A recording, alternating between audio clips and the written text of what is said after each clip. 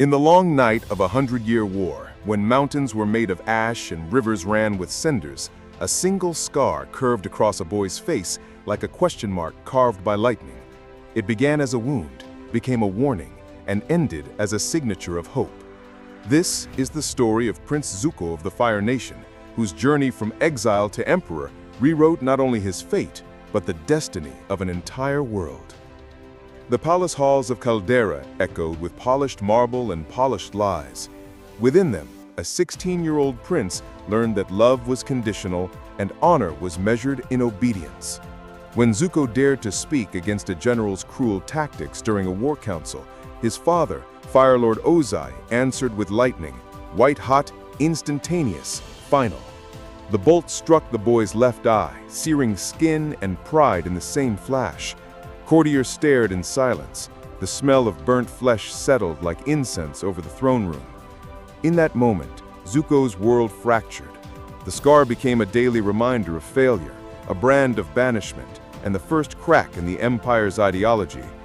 Each time he glimpsed his reflection, the mark whispered a contradiction. Power can protect, yet power can destroy. The crack widened with every heartbeat. Banishment followed like a shadow. Capture the Avatar or never return, Ozai decreed, sealing the prince's fate to rusted iron decks and salt-stung knights.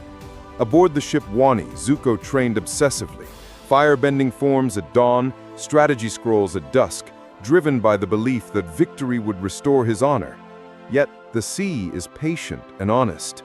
During storms, when waves towered like walls of green glass, the crew looked to the scarred boy for commands. Zuko saw fear in their eyes, fear of him, fear of the throne he represented. The realization unsettled him more than any typhoon. He began to question the code that equated conquest with courage, to wonder if honor could be built on mercy instead of might. Night cloaked the coastal prison in indigo, torches flickering like uncertain stars. Cloaked in cobalt and masked in silence, the blue spirit moved through corridors where iron bars echoed with captive sobs. The mission: rescue the Avatar, the very boy Zuko had sworn to capture. Each footstep was a heartbeat of rebellion. When the mask lowered, the prince's eyes met Aang's, wide with confusion and gratitude. In that instant, the hunter became the guardian. The blue spirit was never an alter ego. It was the true self, slipping free of chains forged by dynasty and duty.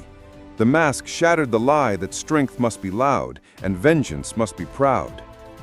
Across the Earth Kingdom, Uncle Iroh served as living syllabus. Over steamy cups of jasmine tea, he taught that fire is life, not destruction, that power shared is power multiplied.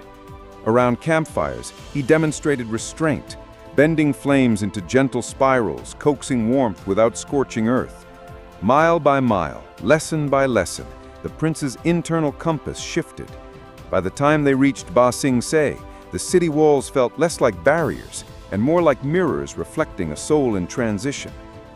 Under the shadow of monolithic walls, lightning crackled again, this time between siblings. Azula's cruelty danced like blue flame, taunting, testing. Zuko stood between her malice and Aang's innocence, scar burning as if remembering its birth. In the alleyway's gloom, he faced the single question that matters: who am I when no one is watching? Choosing to save Aang was not treason. It was the first time he chose himself over his father's love. The prince died in that alleyway, and the hero stepped into the light. During the eclipse, Ozai hurled lightning with the arrogance of a god. Zuko caught it, redirected it, and sent it back with calm precision. The move was technique and symbolism intertwined. Every volt carried decades of lies about power and worth. By deflecting the bolt, Zuko deflected the narrative.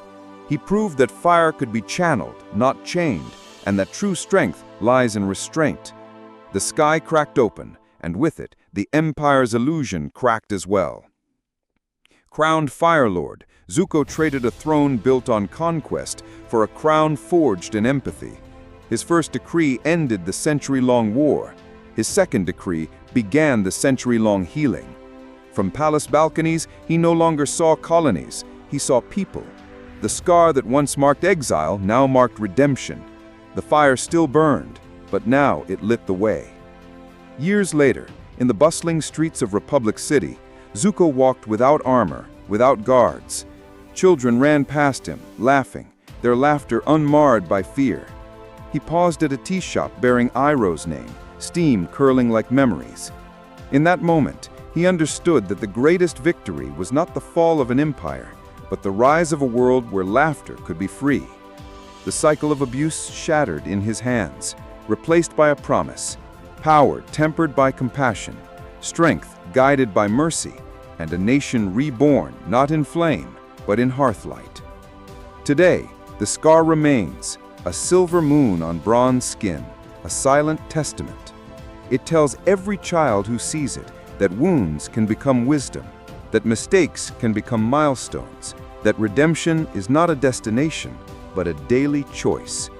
In the flicker of every hearth, in the warmth of every teacup, Zuko's transformation endures, a reminder that the greatest fire is the one that warms, not burns, and the greatest honor is the courage to change. The fire still burns.